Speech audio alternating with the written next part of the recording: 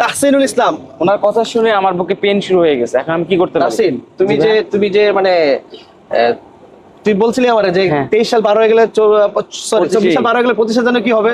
বিয়ে হবে আচ্ছা, হাইলাইট দিবেন ইনশাআল্লাহ, ঠিক আছে। ইনশাআল্লাহ। তাসিরের বিয়ের জন্য খুব প্রেশান সে, ভাই আমাকে দিয়ে দেন ভাই, আমি আসলে খুব অবস্থা খারাপ আমার। তো আমরা কতদিনের মধ্যে এই নিউজটা পাইতে পারি?